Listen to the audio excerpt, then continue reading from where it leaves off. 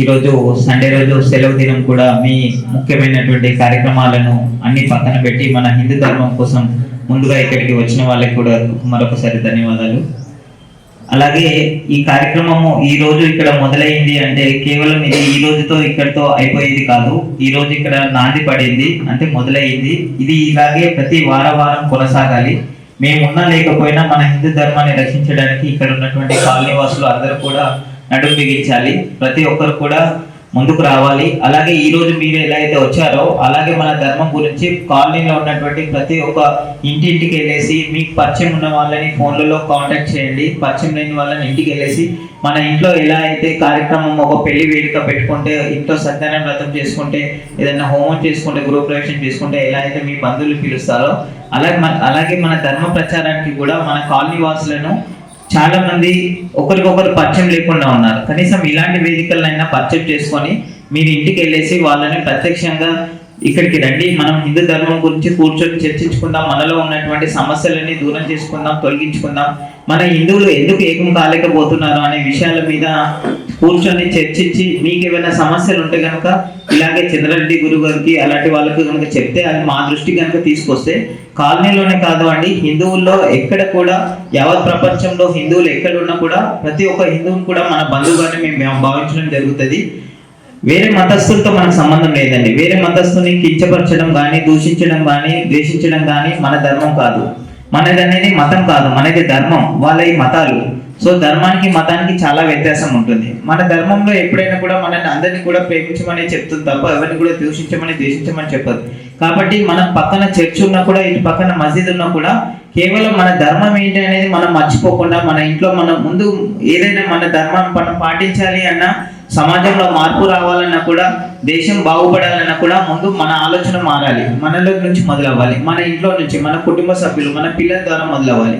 కాబట్టి మన పిల్లలకి ఈ రోజు కూడా ఇప్పటికీ కూడా చాలా మంది భగవద్గీత లేని ఇళ్ళు ఎన్నో ఉన్నాయి, నేను చూస్తూనే ఉంటాను. ప్రతి ఒక్కరి ఇళ్లలో చిన్నపిల్లలకు కావాల్సినటువంటి వీడియో గేమ్స్ ఉంటాయి, మొబైల్స్ ఉంటాయి. ఇంట్లో 10 మంది ఉన్నారంటే 10 మంది ఇళ్లలో 10 మొబైల్స్ ఉంటాయి. 5 మంది ఉన్నారంటే 5 మొబైల్స్ ఉంటాయి. కానీ పిల్లలకు కావాల్సినటువంటి భగవద్గీత కానీ, రామాయణం కానీ, మనకు కావాల్సినటువంటి ఇతిహాసాలు, పురాణాలు, వేదాలు ఏవి కూడా ఉండవు మన ఇళ్లలో.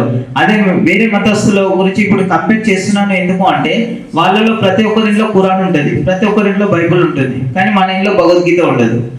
దీనికి కారణం ఏంటంటే, ఒకప్పుడు ఉమ్మడి కుటుంబాలలో మనకు అప్పుడు భగవద్గీత లేకపోయినా కూడా ఉమ్మడి కుటుంబాలు ఉండేవి. అప్పుడు తాతలు, నాయనమ్మలు, అమ్మమ్మలు ఉండేది. మనమలను కూర్చోబెట్టుకొని వాళ్ళకు ఎన్నో మన పురాణాల గురించి చెప్పేవాళ్ళు, కథల రూపంలో చెప్పేవాళ్ళు, ధర్మం గురించి నేర్పించేవాళ్ళు. కానీ ఇప్పుడు విడివిడిగా కుటుంబాలు అయిపోయాయి. ఉమ్మడి కుటుంబాలు అనేది కరువైపోయాయి. ప్రతి ఒక్కరు కూడా కార్పొరేట్ కల్చర్కి అలవాటు పడిపోయారు. పెళ్ళవగానే అత్త కోడలికి పడకుండా వేరైపోవడం, వేరే కాపురాలు పెట్టుకోవడం, అక్కడ కొడుకు భార్యకి చెప్పుకోలేక, తల్లికి చెప్పుకోలేక దూరంగా ఉండైనా బాగుందాం అనుకొని విడిపోవడము, ఇలాంటి సమస్యల వల్ల ఉమ్మడి కుటుంబాలు అనేది లేకుండా పోయినాయి. మన పిల్లలకి మనము ధర్మం గురించి కానీ, మన సాంప్రదాయం గురించి, వస్త్రధారణ గురించి కూడా మనం ఏది కూడా చెప్పలేకపోతున్నాం. కాబట్టి ఇప్పటికైనా సరే మించిపోయింది ఏం లేదు. మన ధర్మం ఎప్పటికీ అది సనాతన ధర్మము, అది శాశ్వత ధర్మము. మన ధర్మాన్ని ఎవరు ఎన్ని చేసినా కూడా, కొన్ని వేల సంవత్సరాల నుంచి కూడా మన ధర్మం మీద దాడి చేస్తున్నా కూడా ఈ రోజు వరకు కూడా మన ధర్మాన్ని ఎవరు కూడా పెకిలించలేకపోయారు. ఇప్పటికీ కూడా ఏం కాదు. కాకపోతే మనం ఇలాగే నిద్రపోకుండా ఎప్పటికప్పుడు జాగృతం అవుతూ మన ఉన్నటువంటి హిందువులను జాగృతం చేస్తూ ధర్మం వైపు నడిపించే బాధ్యత ప్రతి ఒక్క కుటుంబంలో నుంచి, ప్రతి ఒక్క తల్లి ముఖ్యంగా బాధ్యత. ఎందుకంటే తండ్రి అనేవాడు పొద్దున వెళ్ళిపోతాడు, సాయంత్రం వస్తాడు. సో పిల్లలకు స్కూల్ నుంచి వచ్చిన తర్వాత చూసుకోవాల్సిన బాధ్యత ప్రతి తల్లుల మీద ఉంటుంది. సో తల్లి అనుకుంటే కనుక ఇంట్లో స్త్రీమూర్తి ఎలా అంటే, చాలా మంది స్త్రీ అనగానే ఒక శక్తిగా భావిస్తారు. కాబట్టి ఆ శక్తి అనేది కనుక ఉద్భవిస్తే, అది మన పిల్లల రూపంలో కనుక వాళ్ళకు చేరిస్తే కనుక డెఫినెట్ గా పిల్లల భవిష్యత్తును వాళ్ళు తీర్చిదిద్దిన వాళ్ళు అవుతారు. మన పిల్లలకి మన ధర్మం గురించి, మన ఆచారాల గురించి, సాంప్రదాయాల గురించి ఎంత విడివిడిగా చెప్తే వాళ్ళ జీవితంలో మన ధర్మం వైపు, ధర్మాన్ని కాపాడే దిశగా కూడా అంత ముందుకు వెళ్ళడం జరుగుతుంది. కాబట్టి ప్రతి ఒక్కరు కూడా చేయాల్సిన, ముఖ్యంగా మన పిల్లలను వాళ్ళ దినచర్యలో ఎలా అయితే పొద్దున్నేసి స్కూల్కి వెళ్తారో, కాన్వెంట్ బస్కి వెళ్తారో, మళ్ళీ వస్తారో, ట్యూషన్కి వెళ్తారో, అదే షెడ్యూల్లోనే, అదే దినచర్యలోనే మన ధర్మంని కూడా ఒక పార్ట్గా చేయండి. మీరు దీని గురించి సపరేట్గా టైం కేటాయించకండి. ధర్మం అంటే ఇప్పుడు మనం స్కూల్కి వెళ్తున్నాము, రాగానే ట్యూషన్కి వెళ్ళి పంపిస్తున్నాము, అదే సమయంలోనే ఇంకొక 1/2 అవర్ మన ధర్మం గురించి బోధించేటట్టుగా చెప్పండి. మన ధర్మం అంటే ఏంటి, మన సాంప్రదాయాలు. ఇలా ఏమవుతుందంటే వాళ్ళకు దినచర్యలో ఒక భాగం అయిపోతుంది. మన పిల్లలకు ముందు మన పిల్లలు మారాలంటే మన ఆలోచన మారాలి, మన అలవాట్లు మారాలి, మన కట్టుబాట్లు మారాలి. మనము వారానికి ఒకసారి ఏదైనా కొత్త మూవీ రిలీజ్ అయిందంటే మూవీకి వెళ్దామంటారు పిల్లలు, మనం మూవీకి తీసుకెళ్తాం. ఎక్కడైనా ఫన్ గేమ్స్ ఉంటే ఫన్ గేమ్స్ కి తీసుకెళ్తాం, పార్క్ కి తీసుకెళ్తాం. కానీ వారానికి ఎంతమంది దేవాలయాలకు తీసుకెళ్తాం, దేవాలయకి వెళ్దామని పిల్లలు అడిగే వాళ్ళు ఎంతమంది ఉన్నారు? ఎంతమంది పిల్లలు పెద్దవాళ్ళు పిల్లలని టెంపుల్కి వెళ్దామని చెప్పే వాళ్ళు ఉన్నారు? చెప్పరు. కారణం ఏంటంటే అది వాళ్ళ ఉన్నటువంటి పరిస్థితిలో కొద్దిగా టైం అయినా పిల్లలను ఫన్ టైంలో స్పెండ్ చేపిద్దామనే ఆలోచన. ఏ పిల్లలు కూడా, ఏ పేరెంట్స్ కూడా పిల్లలని ఇబ్బంది పెట్టాలి, బాధ పెట్టాలి అనుకోరు. వాళ్ళు హ్యాపీగా చూడాలనుకుంటారు. కానీ హ్యాపీగా చూస్తే సరిపోదండి, వాళ్ళను ధర్మం వైపు కూడా నడిపించడం నేర్చుకోవాలి. ప్రతి ఒక్కరు కూడా వేరే ధర్మం వైపు, వేరే మతస్థం గురించి చెప్తున్నాను. పొద్దున్నే 6ంటికి ఖురాన్ పట్టుకొని వెళ్ళిపోతారు, వాళ్ళు మదర్సాకి వెళ్తారు. సండే అయిందంటే చర్చ్కి వెళ్ళిపోతారు. కానీ మనం ఇక్కడ ఇంతమంది ఉన్నా కూడా ఏ ఒక్కరోజు కూడా అందరం కలిసి మనం గుడికి వెళ్ళడం అనేది జరగదు. కారణం ఏంటంటే మన దగ్గర ఉన్నటువంటి 30 దేవుళ్ళలో ఒక్కొక్కరికి ఒక్కొక్క దేవుడు అంటే ఇష్టం. ఒకరికి సండే దేవుడు అంటే ఇష్టం, ఒకరికి మండే శివుడు అంటే ఇష్టం, మంగళవారం ఆంజనేయ స్వామి ఇష్టం, బుధవారం అయ్యప్ప స్వామి ఇష్టం, గురువారం దత్తాత్రేయ స్వామి ఇష్టం, శుక్రవారం వచ్చేసరికి అమ్మవారి ఇష్టం, శనివారం వచ్చేసరికి మళ్ళీ వెంకటేశ్వర స్వామి ఇష్టం. సో ఎవరికి ఏ దేవుడు ఇష్టం అయ్యేసరికి ఆ విధంగా విడివిడిగా వెళ్ళిపోతున్నాం. కాబట్టి మనం అందరం కూడా ఏ రోజు కూడా ఇందులో అందరం కలవడానికి అవకాశం లేదు. అదే వాళ్ళు చూడండి, అల్లా ఒకటే అంటాడు, జీసస్ ఒకటే అంటారు, వాళ్ళు సండే కలుస్తారు, ఫ్రైడే కలుస్తారు. మనం ఇంతమంది ఉన్నా కూడా మనం విడిపోతున్నాం. అంటే మనం బలం ఎక్కువ ఉంది కానీ మనం విడిపోతున్నాం. దీనికి అంతటి కారణం మన ఒకరి నమ్మకాల వల్లే, ఎవరి విశ్వాసాల వల్లే. తప్పు లేదు. కాకపోతే మనం కూడా ఒక రోజు పెట్టుకోవాలి. సాటర్డేనో, సండేనో, మండేనో కాలనీలో ఒక 50 ఇళ్ళు ఉన్నాయి. వారానికి ఒకసారి మీటింగ్ పెట్టుకోండి. అది మంచిగా చెడు ఏదో ఒకటి కూర్చుంటే ఒకరికొకరు పరిచయాలు అయితే కాలనీలో ఉన్నటువంటి ఇబ్బందులు తొలగుతాయి. అలాగే మన ధర్మం గురించి సమాజంలో ఏం జరుగుతుంది, అలా జరిగినప్పుడు ఇక్కడ జరగకుండా ముందు జాగ్రత్త ఏ రకంగా జాగ్రత్తలు తీసుకోవాలి, జరిగినా కూడా మనం ఏ రకంగా ప్రొటెక్షన్ పొందాలి అనే ఇలాంటి విషయాల మీద చర్చించండి. మన ధర్మం వైపు మన పిల్లలన్నా ఇప్పుడు ఈ రోజు మీరు తెలుసుకొని కూడా మహా అంటే ఇంకొక 5 సంవత్సరాల్లో 10 సంవత్సరాల్లో మీరు ధర్మం వైపు నడిపగలుగుతారు. మీ పిల్లలకు నేర్పించలేరు అనుకోండి ధర్మం గురించి, మన సాంప్రదాయాల గురించి, మీ తర్వాత నెక్స్ట్ జనరేషన్ ఏమైపోవాలి వాళ్ళు? మీ పిల్లలకు ఎవరు చెప్పాలి? ఇప్పుడు ఇంట్లో పండుగ చేసుకుంటే ఈ పండుగ ఎందుకు వచ్చిందంటే సంక్రాంతి అంటే ఎవరికి తెలియదు, దీపావళి ఎందుకు వచ్చిందంటే తెలియదు, దసరా ఎందుకు వచ్చిందంటే తెలియదు. జస్ట్ వెళ్ళడం, ఎంజాయ్ చేయడం, రావడం. సో ఇలా కాదు, ప్రతి పండుగ వెనకాల ఒక విశిష్టత ఉంటుంది, దాని ప్రాముఖ్యత ఉంటుంది. అది పండుగ ఎందుకు వచ్చింది అనేది మనం క్లియర్గా పిల్లలకు చెప్పాలి.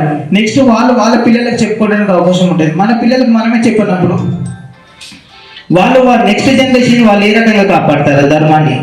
కాబట్టి మన పిల్లలకు ముఖ్యంగా దేవుడు అంటే ఏంటి అనేది నేర్పించండి. ఫస్ట్ ధర్మం అంటే ఏంటో నేర్పించండి.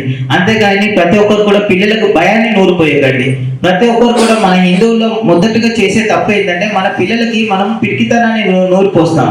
అదే వేరే ధర్మం వాళ్ళు చూడండి, కుష్మిని అవుతారు సరిపోడికి అరే అంటారు. మనం ఏమంటాం, అరే పోకురా వాడు మంచోడు కాదురా, వాడు చెడ్డోడు రా అంటాడు. వాడు మంచోడు కాదన్నప్పుడు మనం మంచోళ్ళు పోయినప్పుడు, వాడు మంచోడు కాదన్నప్పుడు మనం మంచోళ్ళు పోయి లాభం అయింది. సో మనం ఏ రకానికి ఇప్పుడు ఈడ్క జవాబు పత్తర్ సే దేనా అన్నట్టుగా ఎదుటోడు మంచోడు అయితేనే మనం మంచిగా ఉండాలి. ఎదుటోడు చెడ్డగా అయినప్పుడు మనం చెడ్డగా అవ్వాల్సిన తప్పేం లేదు దాంట్లో. సో ధర్మాన్ని రక్షించాలన్నప్పుడు మనం దుష్ట శిక్షణ కూడా చేయాలి. ఎంతసేపు మనం ధర్మాన్ని పట్టుకొని వేలాడుతుంటుంటే వాడు వచ్చి నిన్ను చంపేసిన తర్వాత నీ ధర్మం ఉండి ఎదిరిలా లేకుంటేంటి. సో ఎదిరించడం కూడా నేర్చుకోవాలి. మన ధర్మాన్ని మనం ఏ రోజైతే మనం కాపాడుకోలేమో, మీరు ఎంత నీతిగా, నిజాయితీగా, నిష్ఠగా పూజలు చేసుకున్నా, ధర్మంగా బ్రతికినా ఉపయోగం లేదండి. మాలాంటి వాళ్ళము ధర్మం వైపు నడిపించడానికి, హిందువులను కాపాడుకోవడానికి, హిందువులను సంరక్షించుకోవడానికి, అలాగే దేవాలయాలను కాపాడుకోవడానికి, దేవాలయాల్లో సేవా కార్యక్రమాలు చేయడానికి, పురాతన శిథిలావస్థ చేరినటువంటి దేవాలయాలను మళ్ళీ పునఃస్థాపించడం చేయడానికి, మన గోరక్షణ గురించి మన సంస్థ ఎప్పుడు 24 గంటలు 365 రోజులు పనిచేయడానికి సిద్ధంగా ఉంటుంది. మీకు ఎప్పుడు ఎక్కడ ఇబ్బంది వచ్చినా కూడా మమ్మల్ని ఎవరినైనా సంప్రదించవచ్చు.